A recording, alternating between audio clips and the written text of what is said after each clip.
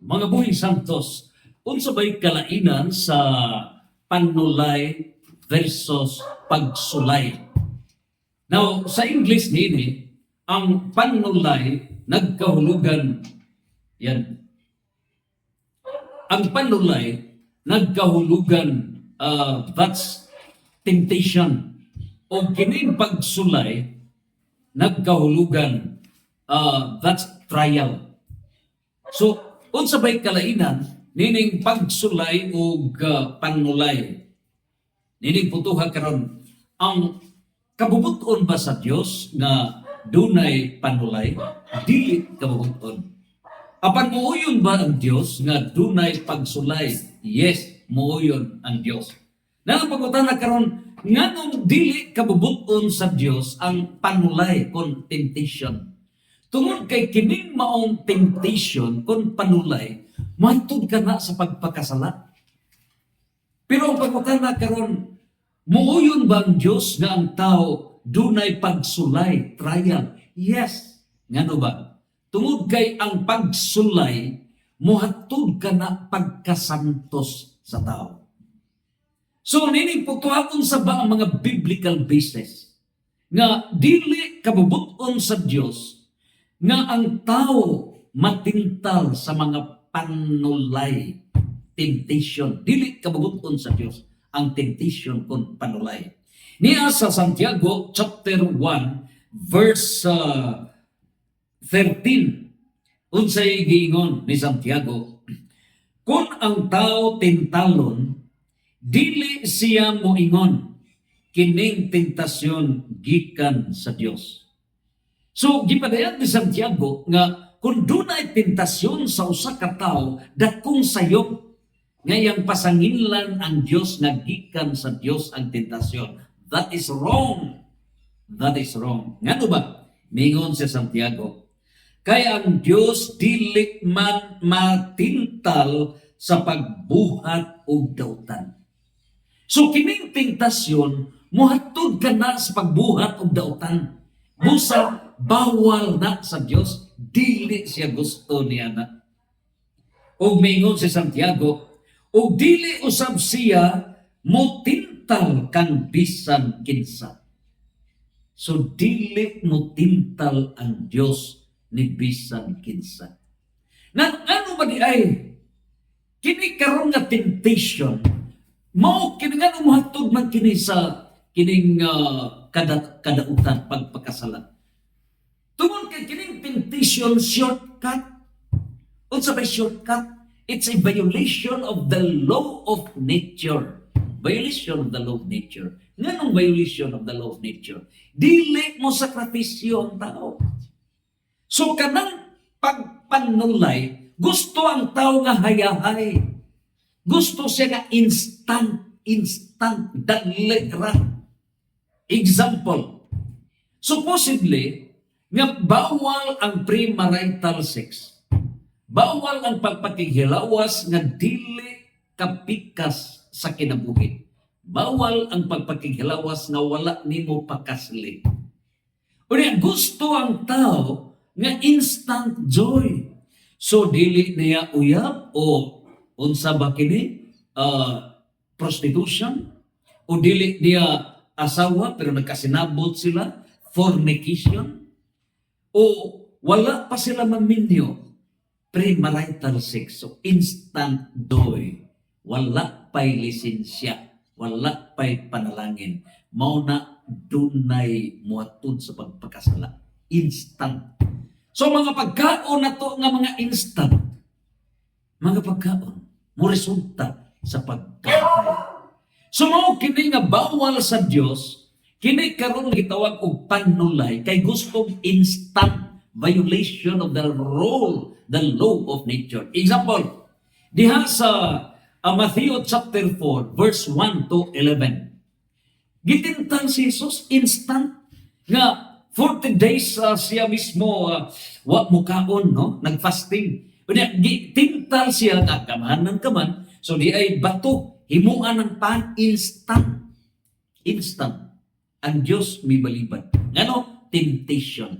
Although makahimo ang Diyos sa usa ka bato himong pan. makahimo siya diha, makahimo sa anything because God is the owner of everything. Makahimo siya, pero wa siya mohimo niya. Nga naman, that's temptation. Dili siya buot in violation of the law of nature. Walay sakripisyo. O diha, sa diha nga gitintal siya, ambak de sa yuta, ambak de sa yuta kay naay mga anghel mo sapnay kanimo. That was temptation. Ipakita nga duna siya gahom, ipakita nga gitintal siya sa iyang gahom. So mausab kini karon nga mga gusto nga mahimong honorable, gusto nga mamahimong mudaog sa eleksyon, o diya mahitabo ni ini mamalit sa mga baluta para yun instant nga mudaog. That's temptation. Dili buot ang Dios niya na.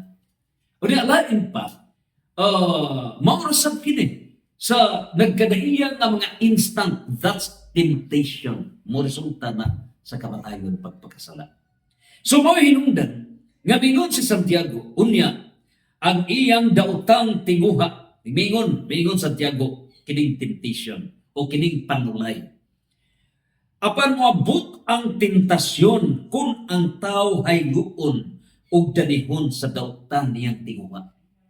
So kining tentasyon, instant, gusto gyud nga madali. In other words, gusto madato. So madato na mangawkaw sa bahandi sa katawhan. Gustong madato trillions of pesos kaw-kawon gikan sa mangkabot sa katawhan. Mao na ang instant. That is temptation. So kung doon na gahom sa Congress, doon na gahom sa executive, matintal sa daotang tinguha nga madato, instant nga madato. Ang resulta niya, that is temptation, daotang tinguha. Kung busa, mingon si Santiago, unya ang iyang daotang tinguha manangkon og mga nak og sala, og inikahingkod na sa sala, magdala kini kamatayon. So kini karon nga nagitabo sa Pilipinas ug kanato sa nga matintal, instant joy. Resulta niya na instant nga madato, corruption. Ang mitabo ni ini mao ang temptation, panulay. Muhatod ka na sa kamatayon, muhatod sa imperno. Busa dili gusto ang Dios nga ang tao matintal. Unya sa Mateo 4, versikulo 1 ngadto sa 11, ikatulong temptation. Unang temptation gigamit ang lawas nga para gyud matintal ang Ginoo, gamit gigutom ang Ginoo. Unya tintalon siya nga instant joy, himuon ang pan nga bato nga himuon pan. Dili gusto ang Dios niya na. O dili kinahanglan nga busgon ang kalag, dili kay ang lawas. Ikaduha, temptation, power, gahom, honor, kunumay.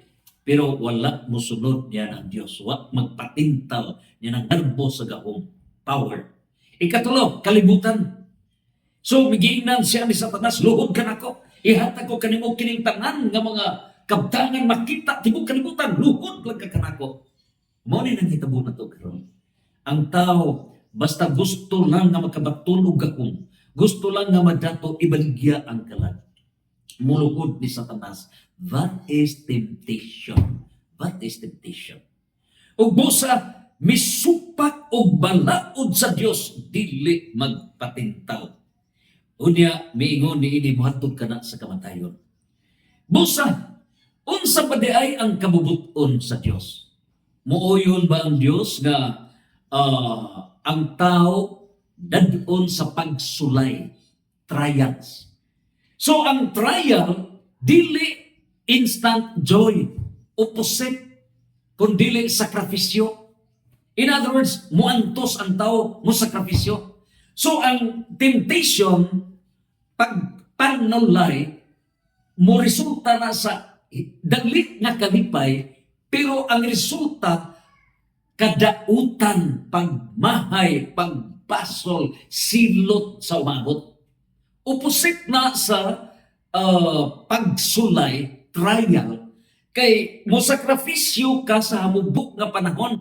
Sakripisyo ka, nga ba? Law of nature. Nga mo sakripisyo ang tao. Nga human yan ang sakripisyo, ganti nga kalipay nga way upay-upay. Ganti na hangtod sa hangtod. Kalipay, langit forever. Mao na resulta sa pagsulay. Doon na ba'y biblical basis sa mga pagsulay? Nakana sa Mateo 5, versikulo 3 ngadto sa 12. The 8 Beatitudes. Unsa kining 8 Beatitudes, mga kabulahanan. So kining mga kabulahanan, ang resulta niya na gingharian sa langit, kalipay forever. Ug unsa kining kabulahanan? Number 1, niya. Bulahan sila nga miila nga kabus sa mga butang espirituhanon, kamaangko nila ang paghari sa Dios. Kabus sa mga butang espirituhanon, may sakripisyo siya, managtuon ka, nagpaubos ka, uhaw ka sa puong sa Ginoo. Sakripisyo ka, eskwela ka, pagka-seminarista para mapare. Sama niyan yan. Sakripisyo ka. Pila ka panahon. Sakripisyo ka, pagtuon sa CFD, sa matag Martes, matag Bernes, muli magabi tag alas 11, alas 12, sakripisyo. Para yun, kabus sa mga butang espirituhanon para makakatunta sa divine plan, divine will, and divine laws. Open-mindedness. Sakripisyo. Resulta niya na makapatunta sa gingharian sa Diyos. Mingon sa bulahan ang nagsubo, kalipayon sila sa Diyos. So diha sa pagsubo, di ata sa matod pa ni Father Chris, ang director sa postulancy, formation postulancy sa Tagaytay City SBD. Mingon si Father Chris, mingon siya, gikinahanglan nato ang poverty, no? Vow of poverty. So, isalikway nato ang mga kahigayunan para maingon tag pagpakadato pero makapaimperno diay. Naa ang simplicity. Subulahan ang nagsubo kay lipayon sila sa Dios. Mapirdi ka kay wa ka manghatag sa kwarta. Sama ni Engineer Ryan Visera, wa mo daog pagka-SB member sa Marinduho. Sama ni Brad Paul Alibang, wa mo daog pagka-SB member sa Panglao. Sama ni Brad Kenneth Abuyabor, wa mo daog pagka-SB member sa Dawes. Kay wa manghatag atol sa pinaligay. Mingon ang Diyos, bulahan ang nagsubo, kay lipayon sila sa Diyos. So that was all a trial. Ano ba? Tungkol kay after ni ini, na ang Sirach chapter 10 verse 4. Unsa ba ang Sirach chapter 10 verse 4? Moabot ang divine government. Kung diya sa divine government, Revelation chapter 2 verse 26, 27, Revelation 11 verse 15, ang resulta, sila mo'y tugyanan sa Diyos. Yan ang gingarian sa Diyos na walay pagkapalong, the kingdom of God that will reign forever. So mauna ang trial, pagsulay. Mingon usab sa Mateo 5:5, bulahan ng mapaubsanon kay maila ang tibuok yuta. Bulahan ng mapaubsanon. So kadtong wala gyud mo pahimos diining kalibutan, wala mo pahimos. Nga mingon ang Dios maila ang tibuok yuta. Tungod kay kining kalibutan mahimong gingharian sa Dios. Mudaog kita. Revelation 12 verse 11. Revelation 11 verse 15. Kining kalibutan shall be transformed into the fullness of God's kingdom on earth. O kining kalibutan mahimong new heaven and new earth. Mao kana nga maila ang tibuok yuta.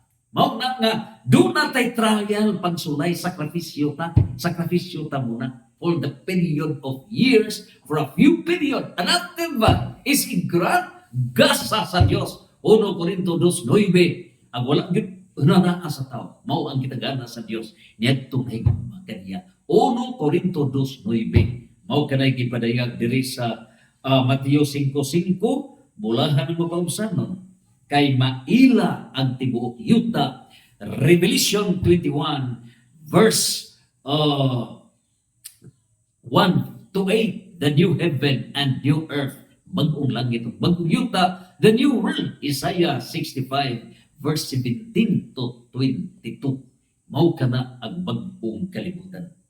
So trial, pagka-sakripisyo muna. Unya miingon usab diri sa Mateo 5:6, bulahan kadtong naningkamot pagtuman sa kababuton sa Dios kay tagbawon niya sila. Bulahan ang naningkamot pagtuman sa kababuton sa Dios. Nanunsaon nato pag-ila nga mituman kita sa kabubuton sa Dios. Dunay bugti. Unsa may bugti di ana grabe. Di na sa Mateo chapter 10 verse 34 to 39. Unsay giingon ni ini?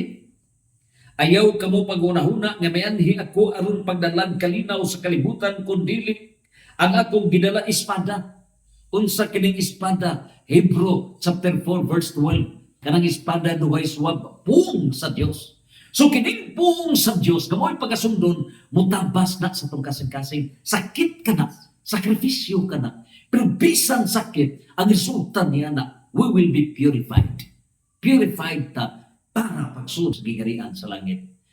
Diha sa Revelation 21 verse 27, walay makasud nga hugaw sa gingarian sa langit. Pure ta ng kasud sa gingarian sa langit. Mao na nga gi-purify ta niini karon sa Mateo 10:34 ngadto sa 39, espada sa Dios, espada sa kamatuoran. In other words, mupili ang tao kamatuoran o dili kamatuoran. Na mao ni hinungdan ni nga ginawa ko magdadiri kalinaw. Kay dunay mga kahimtang karon nga isadikway ang kamatuoran basta linaw lang way gubot.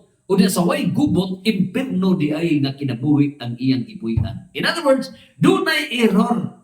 Pero kanang maong error, wa koreksyon wa koreksyon ngano kay kurian gani nila na resulta magkaaway sila niya na. Pagkaaway na, ang resulta magkabulang. Example, mingon ang Ginoo. Hinoon mianhi ako aron magkabangi ang mga anak nga lalaki o ilang amahan. So magkaugnay ang anak o amahan.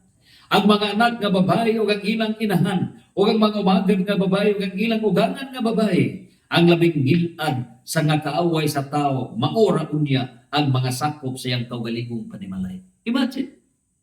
So, mingon ang Diyos nga miyanhi ako aron magkabangi ang sud sa pamilya. So, ang wrong nga pagsabot, ang Ginoo dautan di ay kay para magkaaway ang pamilya. No. Ang gipasabot ni ini nganong magkabangi because God is truth. And the truth will set us free. John chapter 8 verse 32, ang kamatuoran muhatag ka natong kagawasan. Ug busa, nganong magkabangi ang amahan versus anak, anak versus ginikanan, nganong magkabangi, bata versus asawa magkabulag kini etc. Ngano tungod sa kamatuoran, tungod sa kamatuoran. So God is truth, magpili ta. Unsa may pilion, Dios o sakop sa pamilya? That's the ultimate trial. Gitawag nag-trial, pagsulay. Sama ni Abraham. Magpili ka Diyos o ang imong anak. Gipili ni Abraham ang Diyos. Pero gisulayan. Wak madayon ang pagsulay, wak madayon. Gitagaan og karnero nga maog yung giihaw, gihad ni Abraham. Midaog si Abraham. O tungod kay nakadaog siya, gihimo siyang amahan sa kanasuran sa kalibutan. Pagsulay, usa ka trial, kasakit na nato, sakripisyo na nato. So, unsa magiingon nga nang magkabangi pamilya, nagingon, ang nagmahal sa iyang amahan o inahan, labaw kay kanako, dili takos mahimong akong tinunan. Kantong nagmahal sa iyang anak, labaw kay kanako, dili usap takos mahimong tinunan ako. Mao ka na nga dili mahimong tinunan. In other words, pagsulay ka na kung mubarog ka. Example, ang amahan mo dawat og 10,000 para ibaligya ang buto. Ang anak nga dili mo badlong niya na nakasala ang anak sa dili pagbuhat sa ngay nga buhaton. Santiago 4:17. Busa badlongon yun ka na sa anak, bahalad magkaaway sila. That is pagsulay. Ngano? Correct what is wrong. Kurian. 2 Timoteo 3:16. Sa 2 Timoteo 3:16, ang balaang kasulatan, gisulat kiniuban sa lamdag sa Espiritu Santo to correct what is wrong. Kurian unsay sayo. So ikaw pare, ang imong kauban mi puyo diya sa kubito, tapad mo og kwarto, pero kanang imong gikauban nga sa nagkauban sa kumpento, musimba magbistida og babae nga laki damo, wa ka mo koreher kay dili ka gusto magkasungit mo, nakasala ka dako ng kuang politik, dili na angay. You are insulting the kingdom of God. You should correct. You should correct. Sumao ka na. Ug busa, mingon ang Dios, ang dili mo pasan sa iyang krus, ug mosunod ka nako, dili takos mahimong tinun-an ako. If you are oppressed yet, do not correct what is wrong. Ang mga pare, nga doon ay nagsulimnay sa Santos Misa. O ang mga laki, nailaki nga magbisnida, nga inkantada, nga mo'y mo office sa Santos, mo'y mo assist sa Santos nga Misa, may mo commentator, mo'y mo dar, ariso sa sibahan, ikaw pare nagpakabuta ka, dili ka angay, mo padayon sa imong profesyon. Ngano? Nagingon ng Diyos, ang dili mo pasan sa iyang cross o musunod ka nako, dili takos mahimong tinunan ako. Dili ka ngay mahimong tinunan. You should correct what is wrong.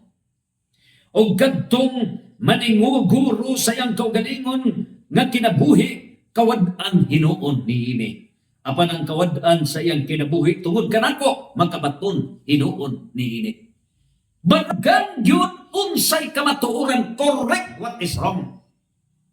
Busa mo kanay gitawag og pagsulay.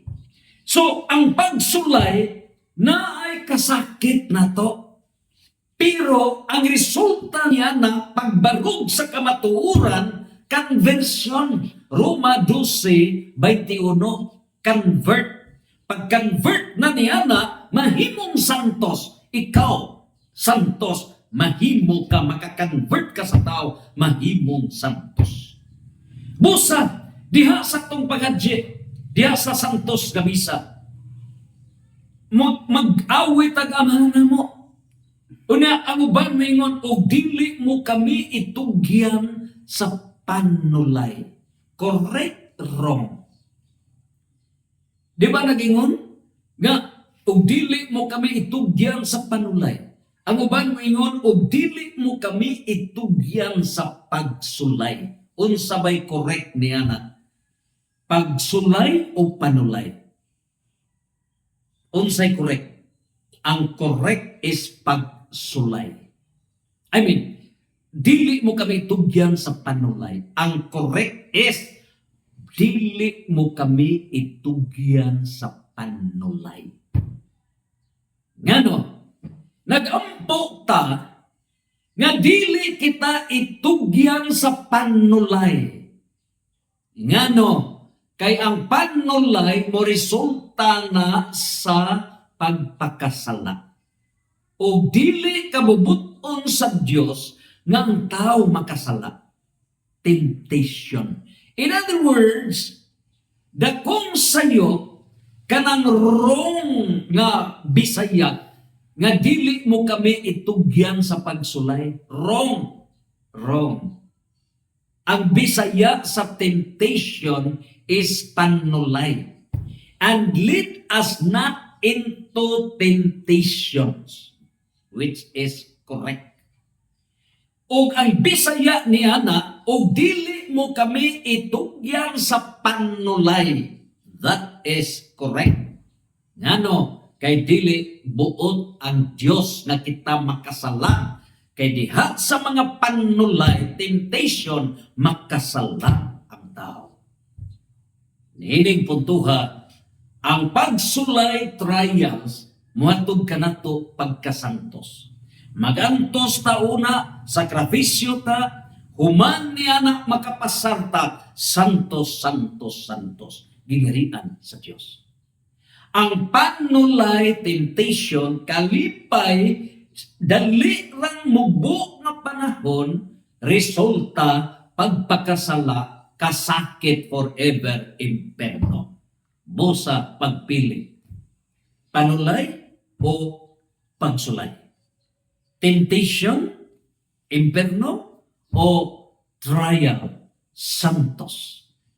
Nining tanan, ang Diyos manguban ka na to sa ngalan sa Santissima Trinidad. Diyos nga Mahan, Diyos nga Anak, o Diyos nga Espiritu Santo, Santos, Santos, Santos, Fiat!